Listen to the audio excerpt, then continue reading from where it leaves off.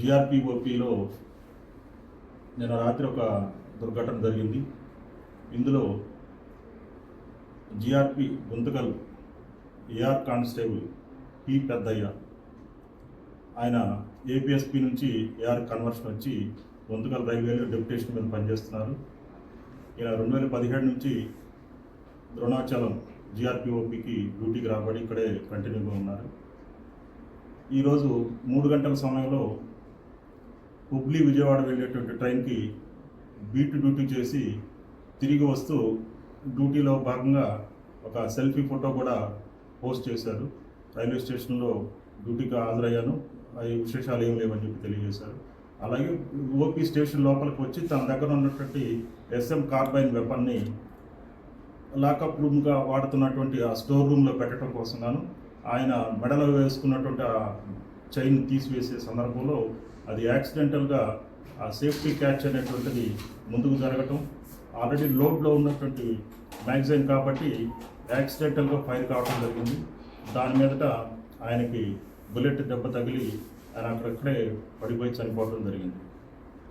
ఆయనకు భార్య, 2 ఆడపిల్లలు, 1 కుమారుడు ఉన్నారు. వారందరూ కూడా వచ్చారు. వారి యొక్క మరణం అనేటువంటిది చాలా దుర్ఘటన, బాధాకరం. ఆన్ డ్యూటీలో ఉండి చనిపోయారు. అనుకోకుండా జరిగినటువంటి ఈ అకస్మాత్తుగా జరిగినటువంటి సంఘటనగా దీన్ని భావిస్తున్నాను. ఇతర విషయాలైతే దీంట్లో ఏమీ లేవు. ఆయన ప్రజెంట్ అయితే కర్నూలులో ఫ్యామిలీతో నివసిస్తున్నారు. ఇంజ్యూర్ ఎక్కడైంది సార్? ఆ సమయంలో అదే స్టేషన్లో, జిఆర్పి స్టేషన్లో రాత్రిపూట సెంట్రీ డ్యూటీలో ఉండేటువంటి కానిస్టేబుల్ ఉన్నారు, నైట్ ఇన్ఛార్జ్గా చేసేటువంటి హెడ్ కానిస్టేబుల్ కూడా ఉన్నారు. వారు పక్కనే ఉన్నారు. ఆయన వెపన్ డిపాజిట్ చేసి వస్తారు. వచ్చిన వెంటనే సెంట్రీ బుక్లో ఎంట్రీ చేయాలి, ఇది ప్రొసీజర్. ఆ లోపు ఈ సంఘటన జరుగుతుంది. వెంటనే వీళ్ళు ఎలర్ట్ ఇక్కడ చూసేటప్పటికి ముందుకు పడిపోయి రక్త మడుగులో ఉండడం జరిగింది. సార్ బాడీలో ఇంజ్యూరీ ఎక్కడైంది సార్? ఇంజురీ అనేటువంటిది ఎడమ వైపు దవడ దగ్గర నుంచి లోపలికి బుల్లెట్ దూసుకుపోయినట్టుగా తెలుస్తుంది. ఓకే, ఏమైనా ఫ్యామిలీ సమస్య ఏమైనా ఉందా?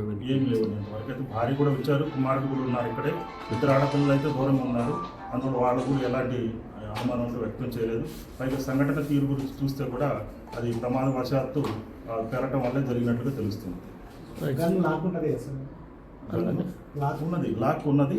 అది పొరపాటున పట్టుకున్నట్టు హ్యాండ్లింగ్ అనేటువంటిది అలా జరగటం వల్ల సేఫ్టీ క్యాచ్ నుంచి ముందుకి సింగిల్ అనేటువంటి పొజిషన్కి వెళ్ళటం వల్ల ఆల్రెడీ లోడ్ చేసి ఉంచాడు. ఎందుకంటే డ్యూటీలో ఉన్నప్పుడు అకస్మాత్తుగా సంఘటన ఎదురైతే ఫైర్ ఓపెన్ చేయడానికి సిద్ధంగా ఉండాలని ఆయన ఉద్దేశం. అలా పెట్టుకున్నాడు. అది గమనించకుండా పొరపాటునట్టు జరగడంతో ఫైర్ ఓపెన్ కావడం వెంటనే దగ్గర చనిపోవడం జరిగింది. సార్ మీ పేరు సార్?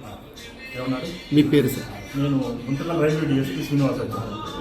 Okay sir.